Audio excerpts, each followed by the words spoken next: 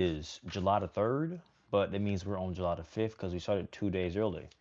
This is also day 187 in a row of our daily 1 year Bible reads, where we read the Bible every single day, a specific couple chapters every single day for 365 days, so that we can read the entire Bible in 1 year.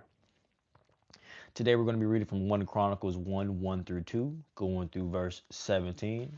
We're also going to be reading Acts 2 23 11 through 35, and Psalms 3 1 through 8, Proverbs 18 14 through 15 to wrap up tonight. Hope you guys enjoy the improved audio quality. Your boy got the new, the new mics, and I'm just going to use them every opportunity I get, just to like get used to having it around me. Um, so hopefully you guys enjoy um, the audio quality, and let's get into the night's read. So 1 Chronicles 1 1 through 2, going through verse 17. So the descendants of Adam were Seth, Enosh, Canaan, Mahalalel, Jared, Enoch, Methuselah, Lamech, and Noah.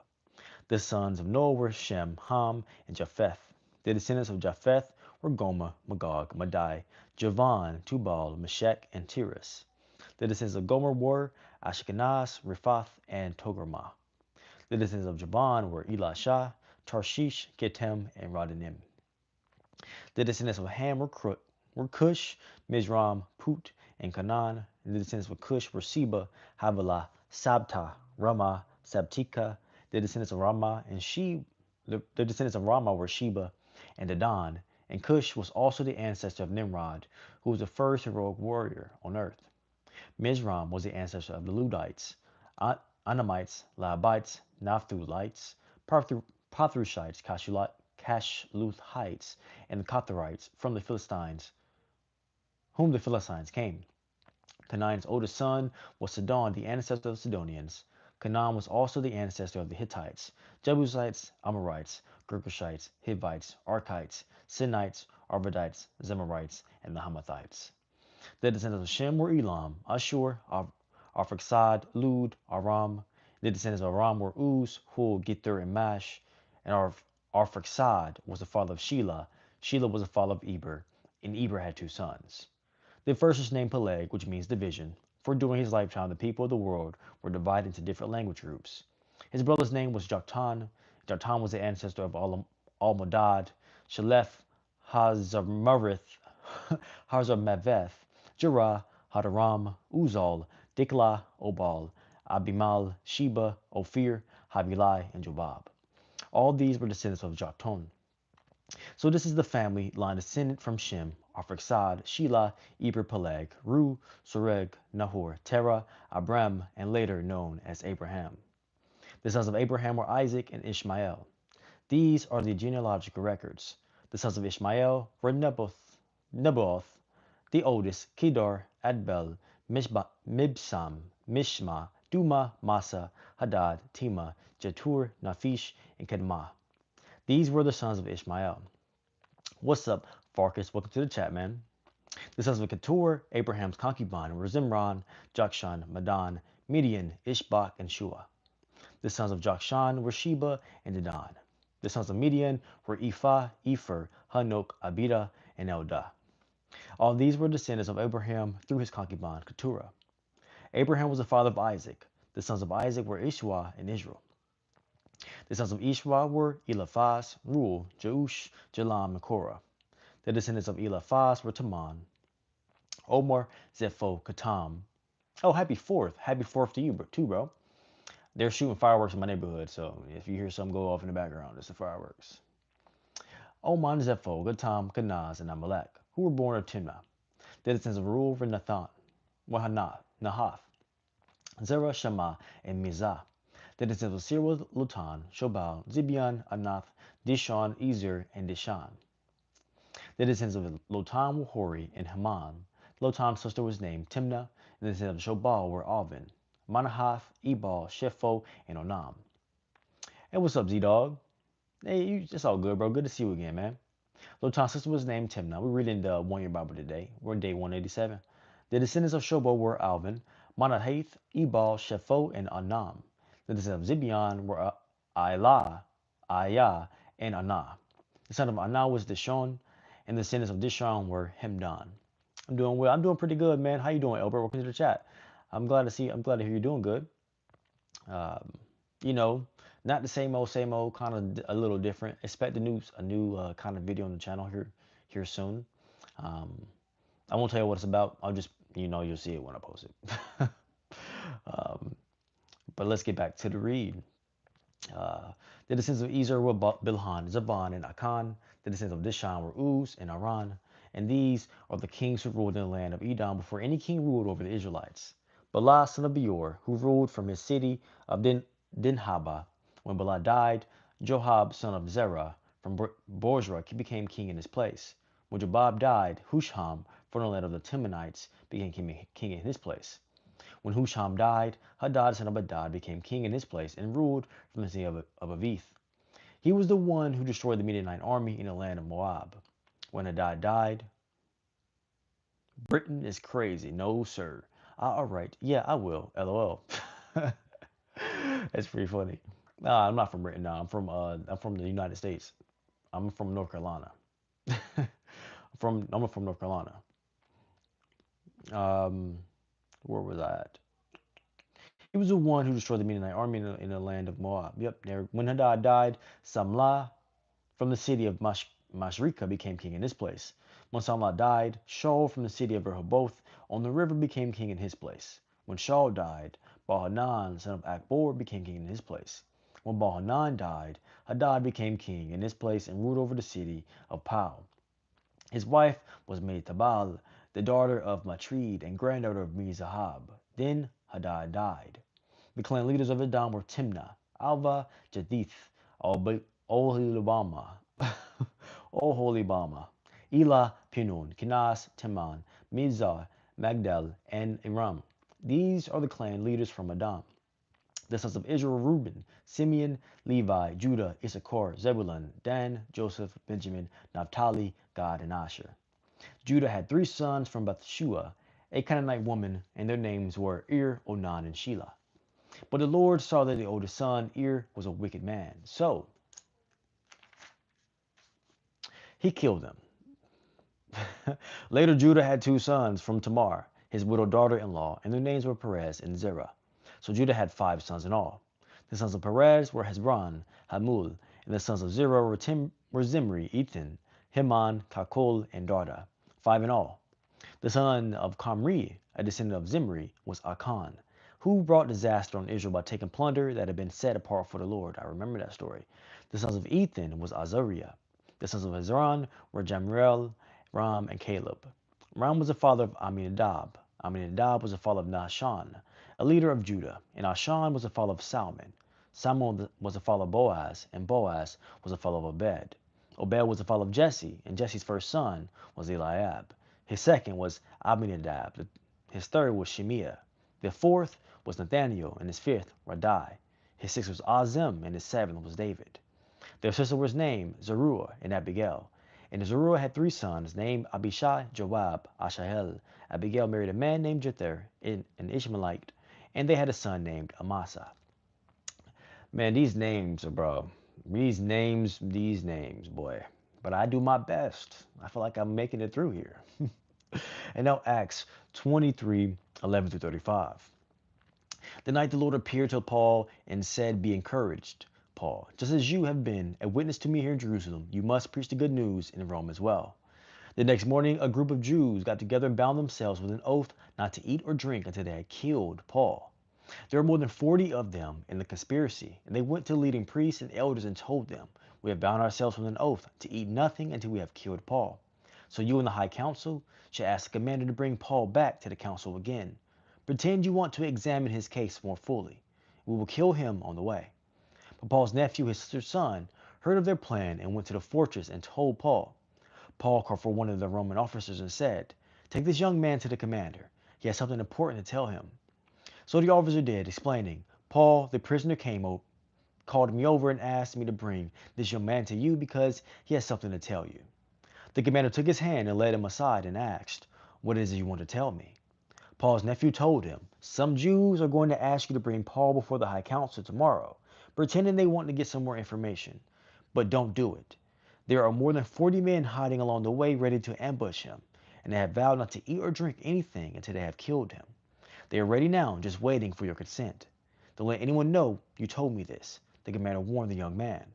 The commander called two of his officers and ordered, "Get 200 soldiers ready to leave for Caesarea at 9 o'clock tonight. Also take 200 spearmen and 70 mounted troops.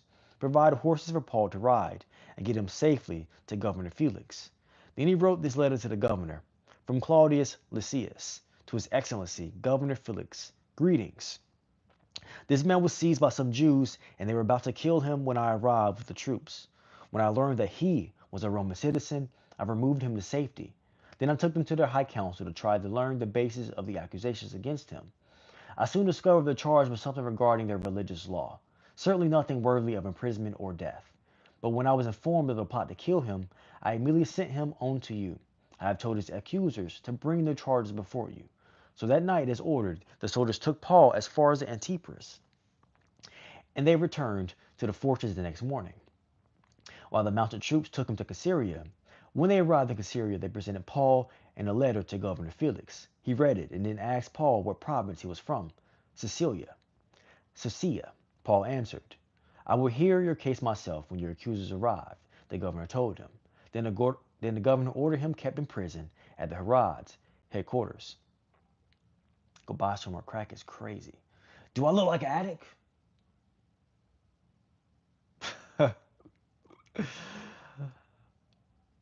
Flee. Now Psalms 3:1 through 8. "O Lord, I have so many enemies. So many are against me. So many are saying, 'God will never rescue him.' But you, O Lord, are a shield around me. You're my glory, the one who holds my head high. I cried out to the Lord, and he answered me from his holy mountain. I lay down and slept, yet I woke up in safety, for the Lord was watching over me. I'm not afraid of 10,000 enemies who surround me on every side. Arise, O Lord, rescue me, my God. Slap all my enemies in the face. Ooh. Shatter the teeth of the wicked, and victory comes from you, O Lord. May you bless your people." And now in Proverbs 18. Proverbs, yeah, I met a couple in my life, you know?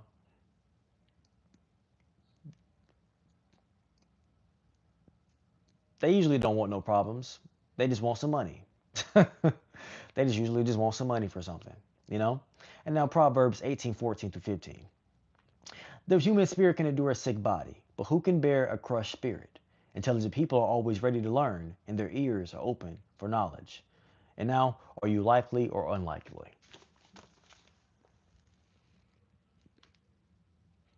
There we go. Focused. Are you likely or unlikely?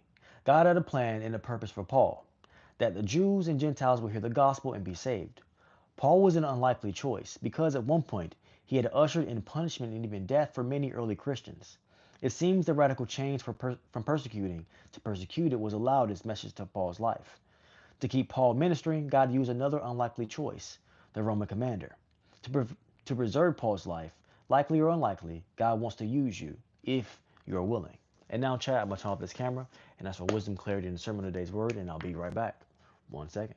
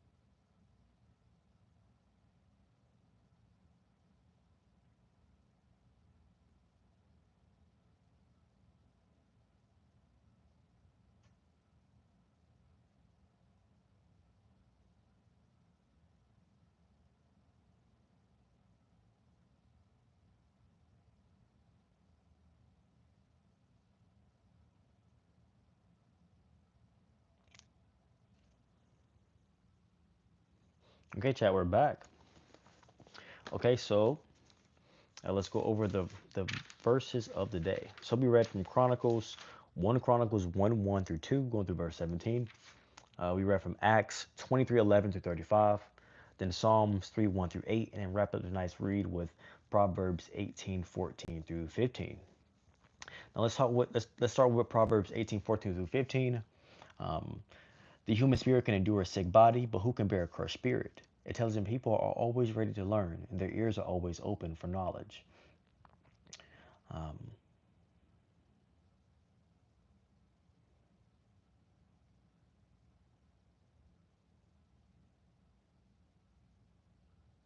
I mean, this is this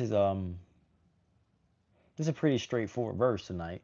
Um, you know, it's easy to keep going when you got like a slightly sprained ankle, right? You could probably keep playing on the slightly sprained ankle, right? But if you don't have any belief that you can get through it and that you can make it, you're probably not gonna keep going, right? Um, and and that's more of a crushed spirit than a hurt body. You can really like make it through a little couple nicks and cuts and maybe a couple bruises on the body, but when you don't really believe or have any hope for the future or for the outcome, then it's really hard to make it past a spirit that doesn't believe in overcoming and making it to this next place, right? Um, so it's a pretty straightforward verse today. You can have a hurt body. I'll be having my little ailments from time to time, but they don't really stop me. I'm not gonna lie. But you know, a conflicted spirit or a double mind that can stop you, right? Because you could be like, yeah, I'm gonna go, but then your fake illusion mind will tell you that, oh no, I can't. You should have just went with the yeah, you could at the beginning. You feel me? But um, it can be a little more difficult to try to go forward when your spirit's hurt, right? When you start to lose a little bit of faith or the confidence in yourself that you can go forward, or and it's not even really the confidence in yourself. You start to doubt yourself, but then you start to honestly doubt God a bit. Um, and it's hard to move forward or to get to a goal when you don't have anything to believe in. You know, it's a lot harder to get to a goal when you don't have anything to believe in. Now, but if you just got a hurt ankle, I just feel better in 2 days. But when you don't have nothing to believe in, and, it's kind of hard to keep moving forward or keep going towards a goal, because then you feel like, what's the point? So, the human spirit can endure a sick body, but who can endure a crushed spirit? You know, Proverbs 18:14. And now Acts 23:11 through 35. Um,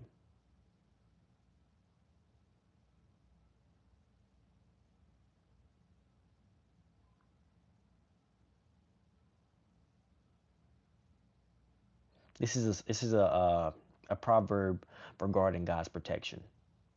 Um, you know, when when you're ready to listen, right, and when you're listening to God, right, and even it doesn't matter, you know, things just kind of happen and kind of get annoying, right? That's what we'll call them. We'll call them annoying things that happen in life, right? But not really annoying. They just kind of like kind of test you a little bit, right? But um, Paul was in one of those trying times where it seems like to the un to the unkeen eye, right? The eye that can't see what's unfolding. You would think that God was abandoning Paul with all this nonsense that was happening in his life, right? You know, he keeps getting thrown from jail to jail. He in this prison, he in that prison. Every time he goes somewhere, these random dudes is chasing him down, telling him to stop doing what he's doing. They trying to set him up, right? But with a trained eye, you can see these little things that are happening, these little things that God is doing um, for Paul, like his little nephew. His little nephew, he was about to get ambushed, taken out of here. They were plotting to get him taken out of here, right? They said we gonna plot, and y'all bring him here, and we gonna be in the cut. Now when he pop up, Just say anything. We gonna pop out. But his nephew just so happens to be there in that moment, in that place, right? At the right place, right? His nephew just happens to be there. Here's everything. Oh, word, my uncle? Bet, say less. Going to the uncle. He ran straight to Paul. Said, hey, they trying to jump you. They said they'll get you out of here. They said they about to get you out of here. Um, I don't know what to do. I just came to tell you. And he said, all right, go talk to him over there. And now Paul got the connects now, because if you see all these little things that God is doing for you in your life, rather than seeing what the untrained eye will see, which is all the negative things that are happening to Paul, him being thrown in prison, him being chased, and all this other stuff. With the trained eye, you can see all the positive things that are happening to Paul, right? Um, and with that trained eye, you can see the little small details that the enemy has no power over, But it's God that's making all these positive little small little things happen and to work out in your favor eventually, right? Um, so the little small thing here that God was doing for Paul was, hey, his nephew heard their conversation. His nephew went to go talk to him. By this time, Paul had already become kind of cordial with the Romans. He told them, I'm a Roman too. So they said, oh, you don't fight our brothers. So they said, you're protected under us. Right? That's another thing God did, right? Um, and so when his nephew went to go tell a Roman general, Roman whatever it was at the time, right, officer, whatever whoever it was, he said, all right, bet, I'll look out for my homies. Hey, in prison or not, it's Roman first. He said, we on top, up over everybody, right? He said, I'm gonna write his letter, name jumping under the homies. I don't care what he did, right? Said he wrote a letter for Paul. Another thing God did for Paul, right? So with a trained eye, you can see all these little positive things that God was doing in Paul's favor. But the untrained eye is just going to see the negative things that happens. Um, so, let's train our eyes to see all the positive things that God is doing in our lives, rather than harping on the negative random occurrences that just so happen every once in a while, right? You know, kind of a negative things just kind of happen every once in a while. They don't really last that long unless you dwell on them, right? Um, and if you keep your trained eyes on the positive things, right, on how God may be making this work out in your favor in some strange way, right, um, then you're focusing on the right thing, right? Uh, the negative thing tries to steal your attention for a bit. Let me see if I can distract him. Last 2 seconds, you didn't get me. Kept my eyes on the prize. I'm sorry, I'm a creative character in the Street Fighter game. Oh man. But um, if you keep your eyes trained on, you know, the actual things that God is doing for you, those positive things that are happening, rather than keep harping on things that just don't matter, things that will change. It's just like spraining your ankle. We just talked about this earlier. A sprained ankle could look like something that's bad, but it'll heal. But it'll definitely heal. It definitely won't be sprained for like more than a week if you sit down somewhere. So um, it's the same thing with um, keeping your eyes trained on the right things, keeping having a trained set of eyes, right? Um, because they'll keep you from gazing on something that doesn't serve you for too long, right? Um, and let's go ahead and wrap up the days when you ever read. That's it. That's it. Hope you all have a great rest of your night. I'm have a great rest of mine, and we all got that limitless core, baby. I appreciate you. I might even love you, but I'm for sure. Excuse me. Glad you woke up today. Thank you for joining me, and I'm gonna see you next time. Peace. Appreciate your presence as always. We out of here. Sevens, you just showed up at the very end of the stream, brother. But I hope you have a great rest of your night, because I might have a great rest of mine. Peace out. I'm gonna see you next time on the Limitless Core.